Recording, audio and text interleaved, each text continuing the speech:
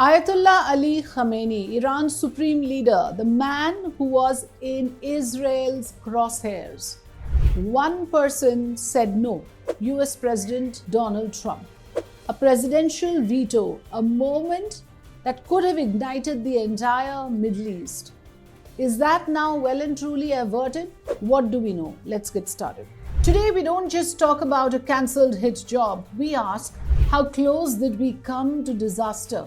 And would today's White House stop it again? It could have been a moment that damaged the world forever. One strike, just one trigger, one press of a button was prevented by one man.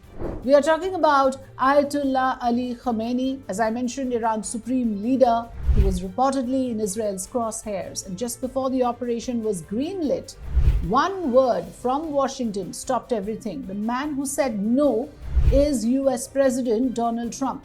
So we go beyond the headlines into a covert plot, a presidential veto, and a moment that could have ignited the Middle East. This isn't about speculation. This is about what nearly was, because this wasn't just another Mossad mission. This was regime decapitation we are talking about. And Israel wanted America's nod, but Trump didn't flinch. Not because he backed Iran, but because even he knew what came next would be catastrophic. With Ayatollah Khamenei gone and with Iran's retaliation, a proxy war turning into a full-scale global war would be inevitable. American bases in Iraq, Syria, Bahrain, all in the line of fire. Oil routes, global markets, nuclear flashpoints, all destabilized in a matter of hours. And for what? To send a message or to start a global World War III? So Trump stepped in. We are not talking about hitting Iran's political leadership, said a senior US official, until they kill Americans. That was the red line. And Israel had crossed it, at least on the drawing board. Because while Iran and Israel now trade missiles by the hour, back then they were trading blueprints for war, for elimination, for dominance. Reports say Israel had intelligence, access and timing, and they believed the Khamenei strike could destroy Iran's nuclear ambition overnight. But what it really would have destroyed is regional order. That one bullet would have just not killed a leader. It would have killed diplomacy. It would have killed restraint. It would have killed every back channel possibility that is still holding this region together. Trump's decision, surprising as it sounds, was one of calculated restraint.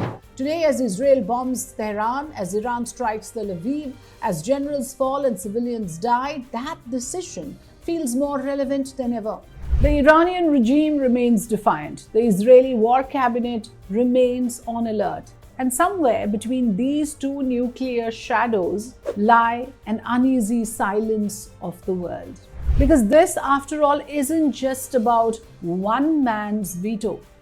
This has far more greater and graver implications than that. It's about a global system held together precariously by red lines. If you cross them, the world could burn.